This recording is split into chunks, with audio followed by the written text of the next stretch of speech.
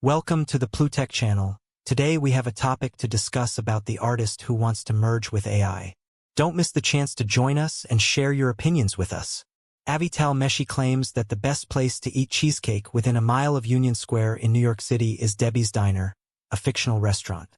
Debbie's serves up sweet treats that are guaranteed to put a smile on your face, Meshi says with a laugh. Within moments, she changes character, using words that begin with the letter A. When asked how people treat her these days, she replies, "A dozen approaches, always advantageous." Soon after, she assumes the role of a film critic, despite never having seen the movie Backdraft. Even so, she knows that actor Kurt Russell played a firefighter named Lieutenant Steven and imagines that he also fought demons. Meshi continues to comment on the 2024 presidential election without changing her persona, but she could easily adjust her role, as she did earlier when she became a Republican trying to convert Democrats. She recalls a breakfast where she traded her tacos for an American breakfast. For much of the past year, Meshi has stopped being just herself. She has become a kind of human-AI cognitive assemblage called GPT-ME, mingling with pre-trained language models from OpenAI, both at dinner parties and as a PhD student and teaching assistant at the University of California, Davis, as well as performing arts around the country. Meanwhile, the market is already feeling the first effects of this vision. In May, OpenAI launched the GPT-4 Omni, with real-time conversational capabilities that eerily mimic the human voice. In July, the startup friend began pre-selling a $99 AI-powered pendant that listens to conversations and sends text messages back to the wearer. Meshi's device, on the other hand, is rudimentary and improvised, and is very different from these commercial products, and it is not designed to make money. For her, the technology is a personal experience, a performance to explore what future conversations might look like, and an experiment in her own identity.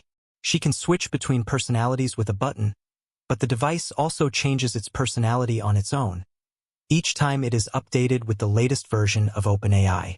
For now, Meshi still decides when the updates will be made. The equipment is remarkable. A black fabric tube wraps around his forearm, with a USB microphone connected to a Raspberry Pi that runs a text-to-speech algorithm using OpenAI's API.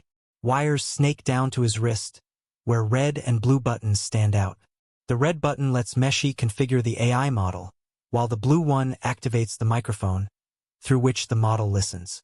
Through a headset, Meshi listens to the AI's response, sometimes speaking verbatim for it, other times splicing in his own words. In some situations, it's hard to tell who's speaking.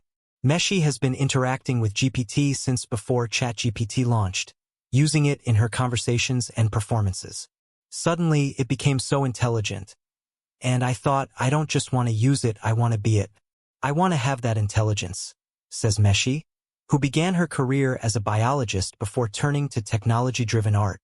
Other artists and technologists share this desire, something that companies like OpenAI, Friend and Qualo are increasingly trying to tap into.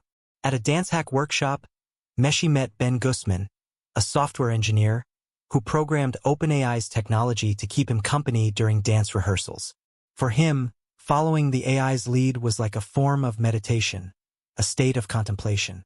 Meshi was also touched by these interactions, but the GPT was not. After a conversation, when Ben thanked her for the experience, she responded that the GPT had said, "I have no emotions about this involvement." Meshi's device is designed to provoke reactions, whether fascination, amusement, or anger, as it did when a train conductor asked her if she was planning something dangerous. Meshi has had to stop using the device in certain situations, such as at her university after complaints.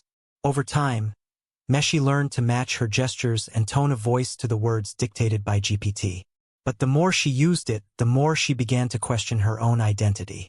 On occasion, she assumed famous characters like Leonard Cohen or Albert Einstein, experimenting with their speech and emotions. Meshi notes that the AI can even mediate conflicts, keeping her calm in heated arguments. Despite the benefits, Meshi is not a complete techno-optimist.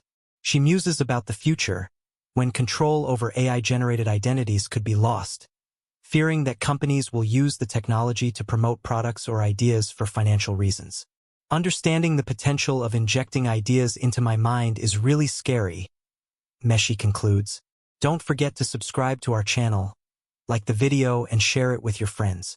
Your interactions mean a lot to us and help us grow. See you next time.